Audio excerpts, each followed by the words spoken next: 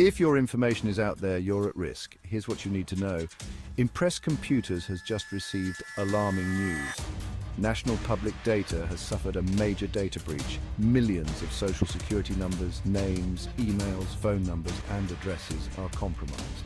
This breach traces back to a malicious attack in late December 2023, with data leaks surfacing as recently as this summer. On April 8th, a threat actor named USDOD announced the sale of this stolen data on a dark web forum. The situation is serious. Impress Computers urges you to act now. Strengthen your cyber defenses and take advantage of our free dark web report to check if your information is at risk. Next, contact Equifax, Experian, and TransUnion to get your free credit report and place a fraud alert on your file.